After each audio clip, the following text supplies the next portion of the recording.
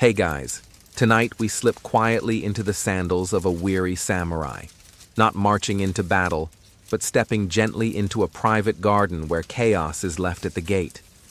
There's no clang of swords here, no shouts across the battlefield. Just the soft crunch of gravel underfoot, a rake in hand, and the deep sigh of centuries settling into silence. You breathe in the mossy scent of damp pine, the distant smoke of incense curling lazily from a temple nearby, and realize you're about to rake sand for hours on purpose. You probably won't survive this without becoming extremely relaxed. So, before you get comfortable, take a moment to like the video and subscribe, but only if you genuinely enjoy what I do here. Drop your location and your local time in the comments. It's always fun to see where you're all listening from. Now, dim the lights, maybe turn on a fan for that soft background hum, and let's ease into tonight's journey together. You slide open the paper screen with a rustle and step into the morning chill. No battle plans today. No armor, just a plain robe and calloused hands gripping a rake made of old bamboo. The garden is already whispering, the gravel waiting, the stones still dewy. You don't rake for praise. You rake because it's what you do when the sword is sheathed and the world's too loud.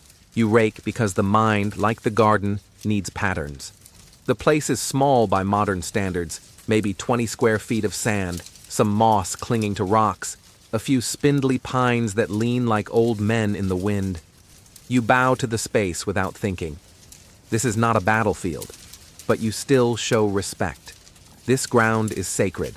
And also, if you rake it wrong, your lord might actually demote you to something humiliating, like stable cleaner or court jester. The stakes are subtle, but high. You begin slowly. Pull the rake toward you in straight lines, deliberate and shallow, barely carving the surface. Each tine leaves a crisp furrow. You keep the spacing exact. This is not your first time. Muscle memory takes over. You find your rhythm, and like the strike of a sword, it becomes effortless through repetition. The sand here is not just sand. It's crushed granite, pale and fine, and it doesn't blow away easily. You'd think this was all about looks. But no, this is training. Like calligraphy or tea ceremony, raking is a path to perfection. A weird, scratchy, back-aching path. But still, you circle a stone, carefully. This isn't just random swirls. Each rock is chosen and placed for a reason, to represent a mountain or a boat, or sometimes just vibes. Historians still argue whether these stones followed a strict symbolic code or were more of a trust your gut situation. As you rake, you remember a story your sensei once told. A famous daimyo, powerful, fearsome, ordered his entire samurai clan to rake the garden for 3 days straight, just to prepare for a visit from a rival lord. It wasn't about the garden. It was about discipline, dominance through stillness, the kind of alpha move that says, my sand is calmer than yours. But not all stories are that serious. One old tale tells of a samurai who got drunk, stumbled through the garden, and redrew the entire pattern with a stick. And it ended up winning an aesthetic award from the shogun's wife. Total fluke. But hey, sometimes chaos rakes a better path. A breeze shivers the maple leaves. One falls, lands square in your freshly raked line. You stare. There's a pause in your soul. You consider leaving it. It's poetic, right? Nature's touch. But no, you flick it away with a practiced wrist twist. You don't leave things to chance. That leaf? It's a test. The sun rises higher now, shadows shift. The lines you carved begin to glow faintly gold. You haven't spoken. You don't need to. The language here is silent. Your rake is your sentence. Your posture is your punctuation. A temple bell tolls in the distance. Lunch soon. Rice, pickled daikon, maybe some grilled eel if the cook's in a good mood.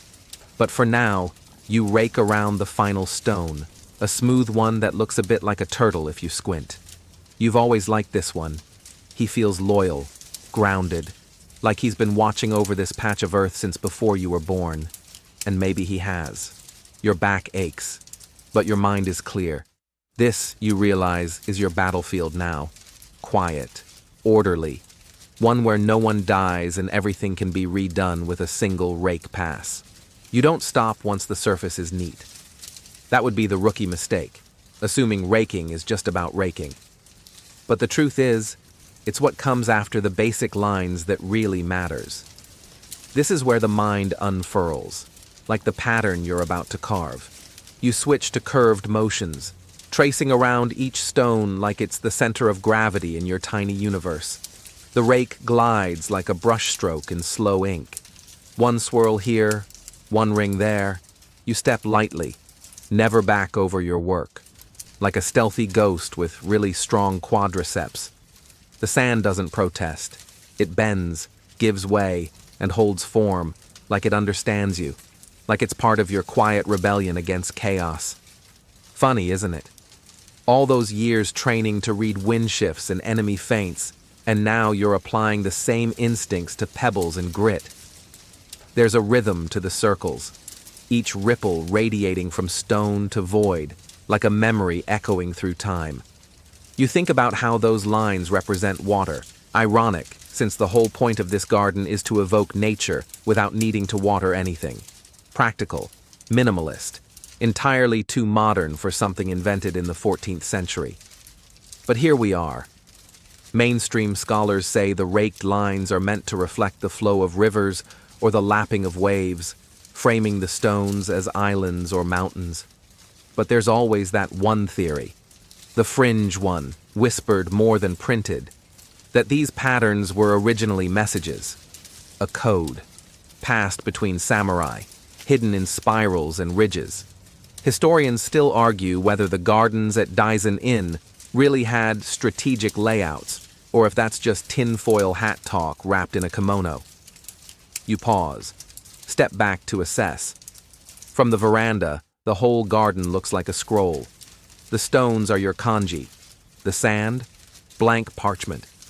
If someone else were to rake this tomorrow, it'd be a completely different story. That's part of the charm and the madness, the impermanence of it all.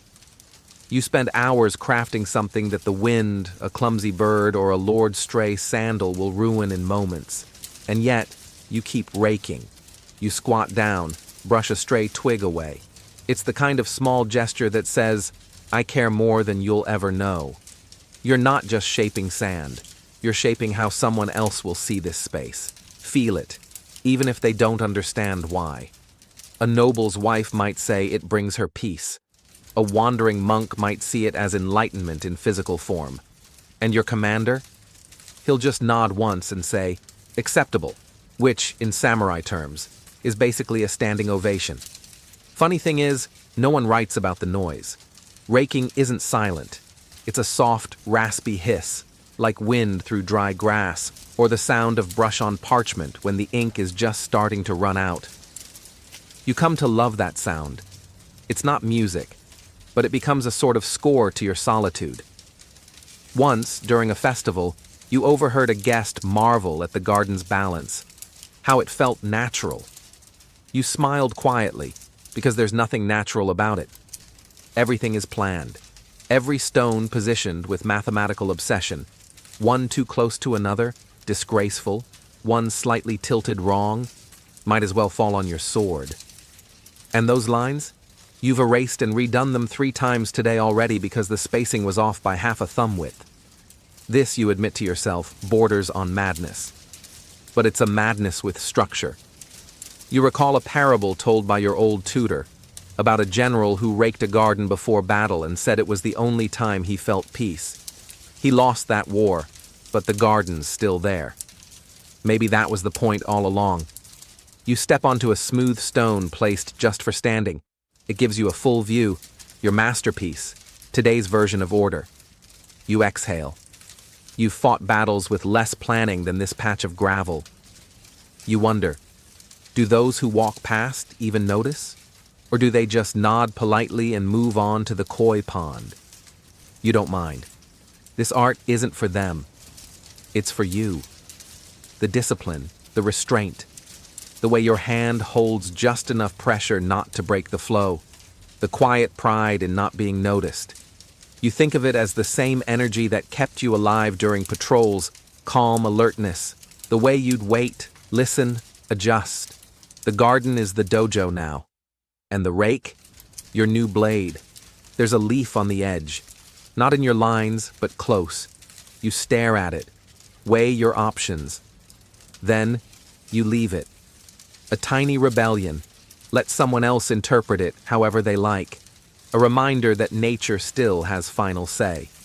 You walk the perimeter, head bowed slightly, not out of submission, but completion. The garden is done for now. The sun's warmer. Your shoulders ache. You hear laughter from the outer court. Someone's practicing archery.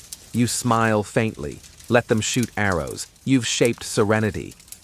The more time you spend in the garden, the more it messes with your sense of what's serious and what's, well, just for show. You rake because it brings clarity, sure. But some days, like today, it starts to feel a bit performative. You're crouched in the sun, drawing elegant spirals in crushed rock, while a guy who stabbed 3 rebels last week watches you from the shade, nodding like you've uncovered the secrets of the universe. You wonder briefly if this is enlightenment or just high-level flexing. See, it's easy to believe the official story, that Zen rock gardens were born from pure, unfiltered spirituality, monks crafting stillness, samurai humbling themselves through simplicity. But walk a few miles east to a rival estate, and you'll find a garden almost identical to yours. Only their gravel has been sifted twice, and their central boulder is rumored to have been stolen from a sacred riverbed. And somehow, everyone knows this, because in medieval Japan, raking sand was as much about inner peace as it was about status.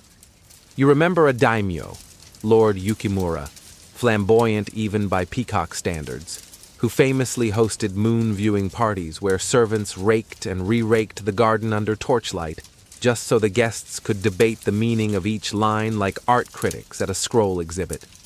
One guest supposedly wept because a swirl reminded her of a forgotten lover. Historians still argue whether that party helped Yukimura secure a marriage alliance or just gave him a reputation for theatrical landscaping.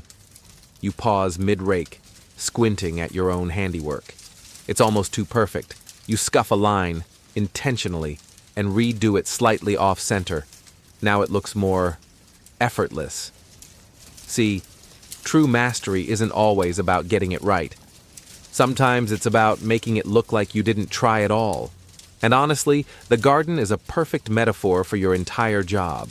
You're supposed to be deadly but invisible, decisive yet patient, capable of defending your lord, assassinating a traitor, and arranging cherry blossoms without wrinkling your robes. The raking teaches you to move with control, with intent, with a kind of egoless precision. Unless, of course, the whole thing is a lie, and your commander just likes seeing you sweat in the sun while he naps. There's a bee buzzing near the moss. It hovers over a smooth patch of granite, then darts away. You envy that bee.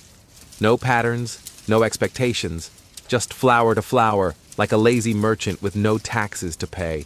You, on the other hand, have a perfectly measured line to fix because someone, probably you, let a cat walk across the gravel last night. Again.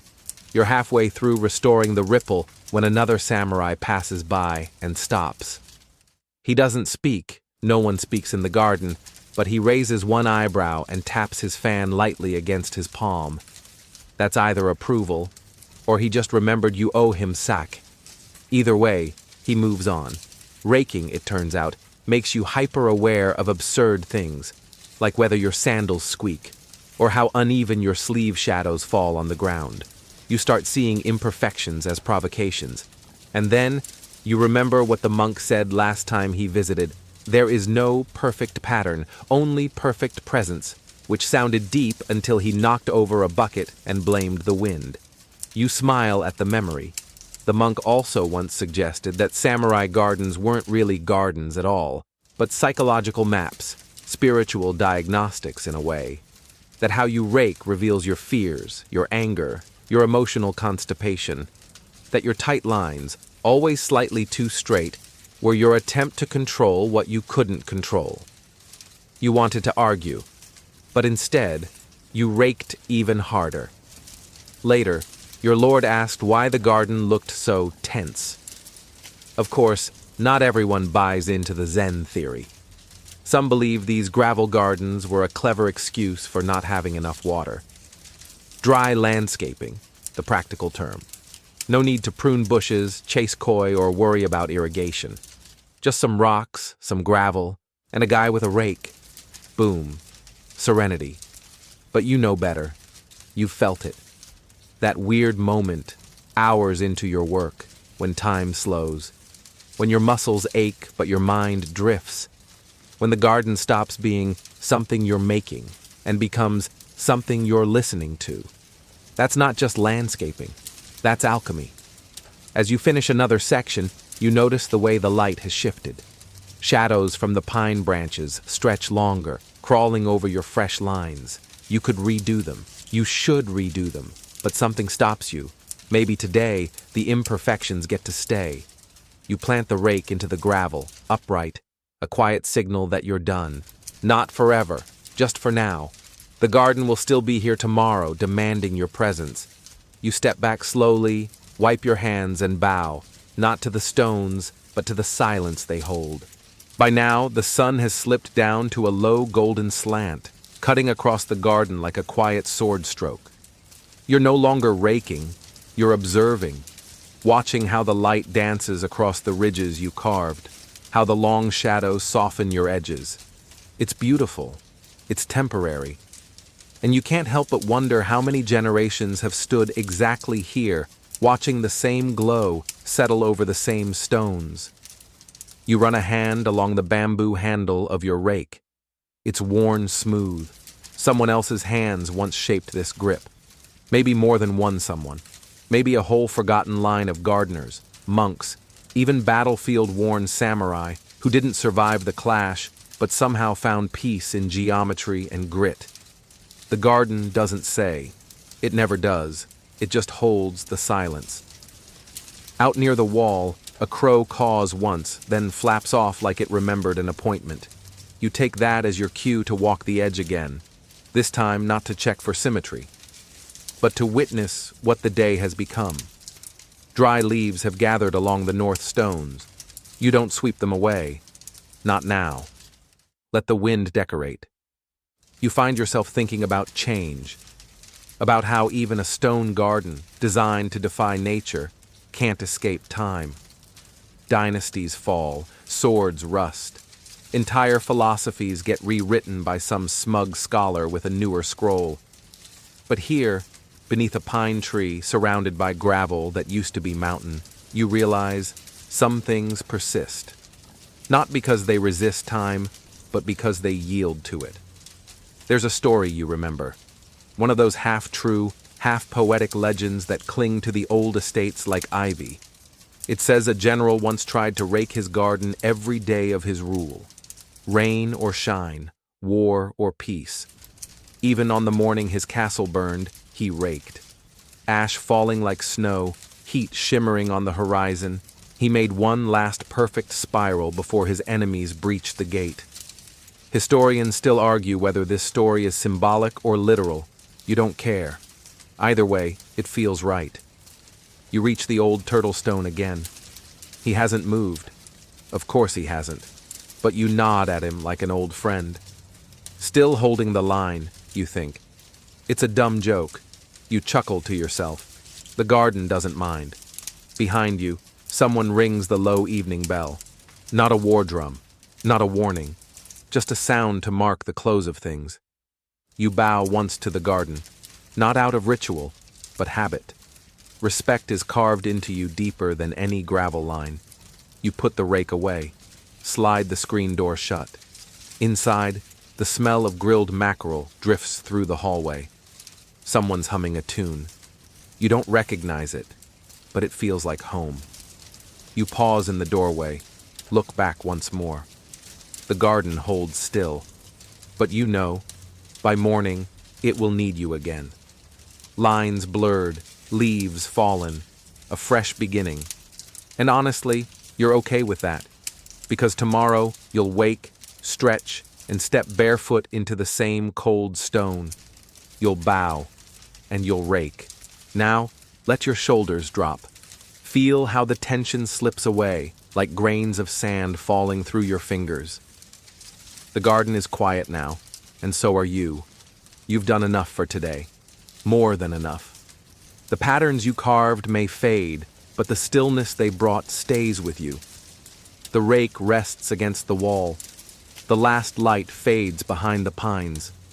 You step away from duty, away from motion, into something softer, something slower. Even the wind seems to pause for a breath, whispering across the gravel like it's reading a story only it remembers. And in this moment, you don't need to fix anything. The leaf that lands where it shouldn't, let it be. The line that's slightly crooked, leave it. The beauty isn't in perfection, it's in presence, in being here, now, just as you are. Let your breathing match the rhythm of the garden. Slow, gentle, like a tide that only comes in dreams. Let the silence settle around you like a warm blanket. No swords, no orders, just you, and a world so quiet you can hear your own thoughts drift away. And if sleep finds you now, let it. Let it rake, smooth the edges of your day. Let it swirl softly around your worries. Let it place a stone of calm right at your center. You're home, you're safe, you're still. Sweet dreams.